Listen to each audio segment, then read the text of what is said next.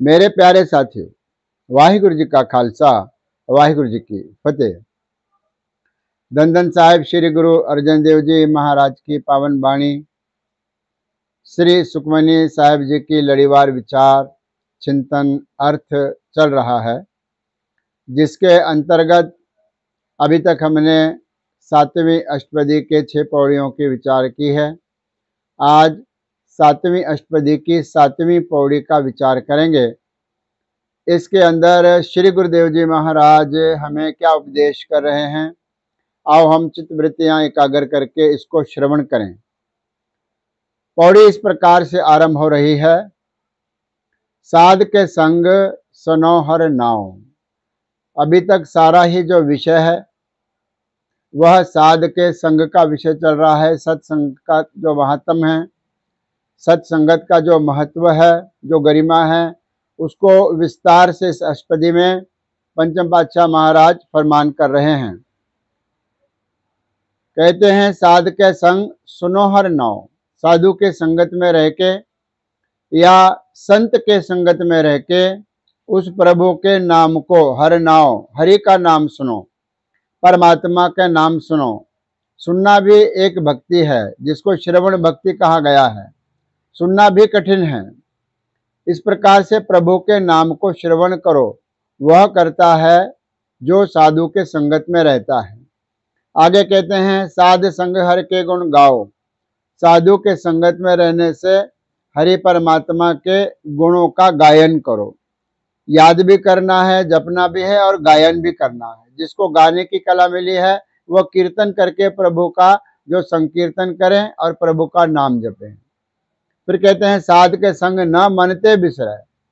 साधु के संगत में रहने से या संत के संगत में रहने से अथवा सत्संगत में चल के आने से ना मनते बिसरे, वह प्रभु का जो नाम है कभी भी हमारे मन से विस्मृत नहीं होता।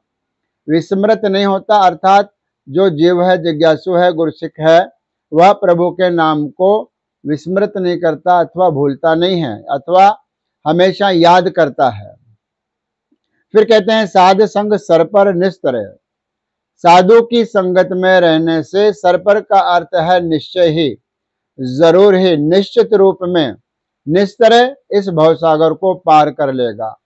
कब? जब साधु के संगत में जाएगा, संत के संगत में जाएगा तो भवसागर को निश्चित रूप से पार कर लेगा।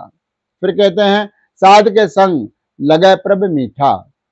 साधु के संगत में रहने से वह प्रभु परमात्मा अथवा उसका जो नाम है वह हमें मीठा लगने लगता है अथवा बहुत अच्छा लगने लगता है, जिसके बगैर फिर हम रह नहीं सकते। ऐसा इस नाम का और प्रभु का प्रभाव हमारे चित्त पर होता है। फिर कहते हैं, साधु के संग घट घट डीठा।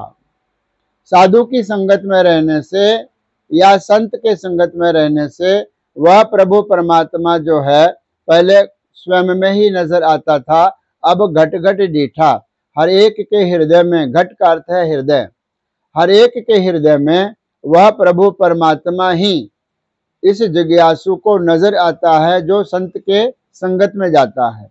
क्योंकि संत को भी दिखता है। उसी प्रकार जो संत के शरण में जाए या उसका सानिध्य प्राप्त करे, उसकी निकटता प्राप्त करे, उसको भी फिर घट घट डीठा, हर एक हृदय के अंदर वह प्रभु परमात्मा नजर आता है। फिर कहते हैं, साध संग भय आज्ञाकारी। साध के संगत में रहने से अथवा सत्संगत में चल के आने से वह जो जीव है आज्ञाकारी हो जाता है अथवा अपने गुरु का, अपने इष्ट का या परमात्मा का जो हुक्म है वह मानने लगता है। हुक्म मन्ने हो वह परवान। जो हुक्म को मानता है वह उस परमात्मा के दरगाह में, दरबार में परवान हो जाता है। इस प्रकार से वह आज्ञाकारी बन जाता है। फिर कहते हैं, साध संग गत भई हमारी। साधु के संगत में रहने से हमारी जो गति है, हमारी जो अच्छी गति है वो हो जाती है। यहाँ पर गति का अर्थ मुक्ति है। साधु के संगत में रहने से हमारी गति होती है अथवा हमें मोक्ष की प्राप्ति होती है। फिर कहते हैं, साध के संग मिटे सब रोग। हर प्रकार का जो रोग है, आंतरिक रोग है, बाहरी रोग है। आंतरिक रोग कौन सा है? हौमे का रोग है। अहंकार का रोग आंतरिक है। फिर शरीर के जो रोग है अलग अलग प्रकार के, ये बाहर के रोग है। आंतरिक रोग और बाहर के रोग यह सब चले जाते हैं, मिटे। मिटे का अर्थ है नाश हो जाते हैं। जो साधु के संगत में रहता है, जो प्रेम से आकर के सत्संगत के अंदर कथा वार्ता विचार कीर्तन इत्यादि सुनता है, चिंतन सुनता है। क्योंकि अभी मैंने कहा सुनना भी एक भक्ति है और सुनना ही कठिन है। तो सुनने से, साधु के संगत में जाने से गुरु महाराज कहते हैं मिटे सब रोग। हर प्रकार का जो रोग है वह मिट जाता है। फिर कहते हैं नानक साध भेटे संजोग।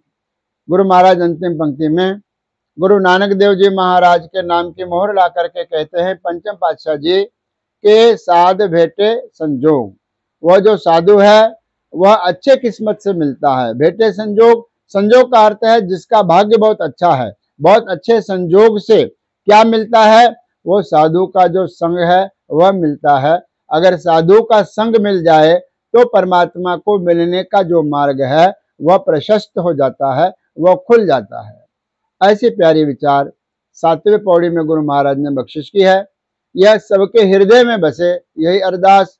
आज इतना ही, बाकी के विचार हम कल करेंगे। धन्यवाद। गुरु राखा।